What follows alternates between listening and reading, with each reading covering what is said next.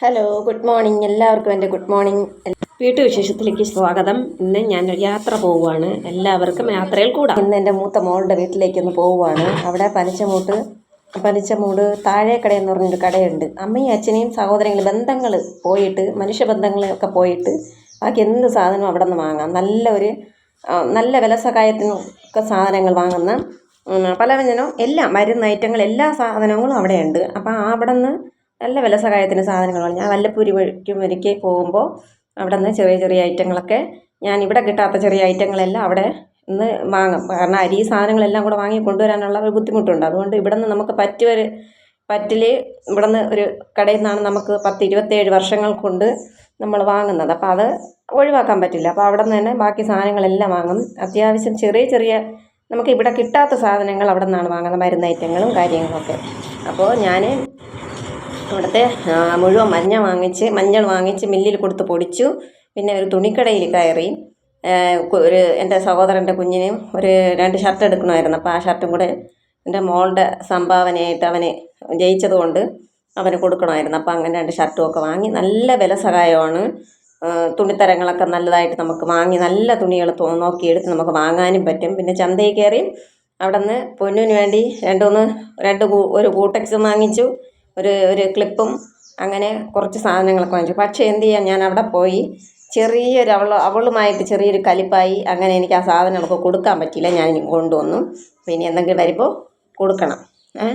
എന്നോട് വീഡിയോ എടുക്കാം വാ അമ്മാമ്മ എന്ന് പറഞ്ഞ് അങ്ങനെ ഞാനും അവളും കൂടെ പോയപ്പോൾ എന്തോ നമ്മൾ തമ്മിൽ ചെറിയൊരു ഇതായി, അങ്ങ് പ്രശ്നമായി. അവൾ പിന്നെ അങ്ങ് പിണങ്ങി അങ്ങ് പോയി. പിന്നെ അങ്ങ് എടുത്തില്ല. അപ്പോൾ ചെറിയ എന്നോട് മാത്രം ഇങ്ങനെയുള്ള ഒരു കുറുമ്പുത്തനങ്ങളൊക്കെ ഉണ്ട്. അത് കുറച്ച് കഴിയുമ്പോൾ അതങ്ങ് ഇല്ലാതാവും. ഞാനും കുറച്ചൊക്കെ മനസ്സിൽ വയ്ക്കും, കുറച്ചൊക്കെ അങ്ങ് കളയും. കുഞ്ഞാണെന്നുള്ള വിചാരം എനിക്കും ഇല്ല, കുഞ്ഞാണെന്നുള്ള വിചാരം അവക്കുമില്ല, പ്രായമായി എന്നുള്ള വിചാരം എനിക്കുമില്ല. അപ്പോൾ രണ്ടും ഒരേ പരുവത്തിൽ ഇങ്ങനെ തിരിച്ചറിവില്ലാതെ കിടക്കുകയാണ്. അങ്ങനെ അവളുടെ കുറുമ്പുള്ളവൾക്ക് സുഖമില്ല എന്ന് പറഞ്ഞാണ് ഞാൻ അവളെ നോക്കിപ്പോയത്. അപ്പോൾ അവൾക്ക് ഇഷ്ടപ്പെട്ട ഒരു സാധനവും വാങ്ങിച്ചു കൊടുത്തു. അങ്ങനെ അവളുടെ സംസാരവും സ്കൂളിലുള്ള വിശേഷങ്ങളും എല്ലാം എനിക്ക് പറഞ്ഞൊക്കെ തന്നു. പിന്നെ സ്കൂളിൽ ചെന്ന് കൂട്ടുകാരോടൊക്കെ അവൾക്കൊരു വിഷമമുണ്ട്. പറഞ്ഞു എൻ്റെ അമ്മാമ്മയുടെ യൂട്യൂബ് ചാനലുണ്ട്, എല്ലാവരും സബ്സ്ക്രൈബ് ചെയ്യണേ എന്ന് ഞാൻ പറഞ്ഞിട്ടുണ്ട്.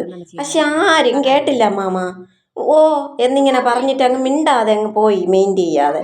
പിന്നെ ഞാൻ ഒന്നും പറയാൻ പോയില്ല എന്നും പറഞ്ഞുകൊണ്ടൊക്കെ അങ്ങനെ കുറച്ച് വിശേഷങ്ങളും കാര്യങ്ങളൊക്കെ നമ്മൾ തമ്മിൽ പങ്കുവെച്ച് പിന്നീടാണ് അടിയായത് കേട്ടോ. അങ്ങനെ ചോറൊക്കെ കഴിച്ച് സുഖമായിട്ട് ഞാൻ മഴയ്ക്ക് മുന്നേ ഇങ്ങോട്ട് തിരിച്ചു. അപ്പം എനിക്ക് യാത്രകൾ ചെയ്യാൻ ഭയങ്കര അങ്ങനെ ബസ്സിൽ കയറുമ്പോൾ തന്നെ നമ്മുടെ മനസ്സിലേക്ക് ആവശ്യമില്ലാത്തതും ആവശ്യമുള്ളതുമായ ഒരുപാട് കാര്യങ്ങൾ ഇങ്ങനെ മനസ്സിനകത്ത് ഇങ്ങനെ ചിന്തയിൽ വന്ന് കയറും.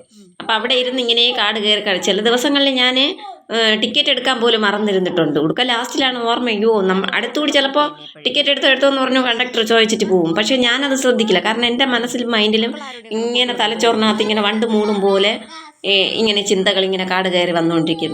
മൊത്തവും നല്ലതായിട്ടുള്ള ഓർമ്മകളൊന്നുമല്ല മനസ്സിനകത്ത് കടന്നു കയറുന്നത്. നമുക്ക് സങ്കടകരമായ ദുഃഖം ഉണ്ടായ അനുഭവങ്ങളും കാര്യങ്ങളായിരിക്കും നമ്മുടെ ഓർമ്മയിലും ചിന്തയിലും എനിക്ക് സാധാരണയായിട്ട് കടന്നു വരാറുള്ളത്.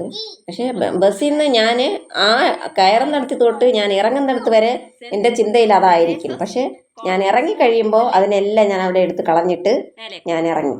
അങ്ങനെയാണ് എൻ്റെ ഒരു കാര്യങ്ങളും. അപ്പോൾ എല്ലാവരും എൻ്റെ ഈ വീഡിയോ ഇഷ്ടമായാൽ ലൈക്ക് ചെയ്യണം, സബ്സ്ക്രൈബ് ചെയ്യണം, കമൻറ്റ് ചെയ്യണം. ഗുഡ് മോർണിംഗ് ഒരിക്കൽ കൂടി. Tata bye bye. അടുത്ത വീഡിയോയുമായി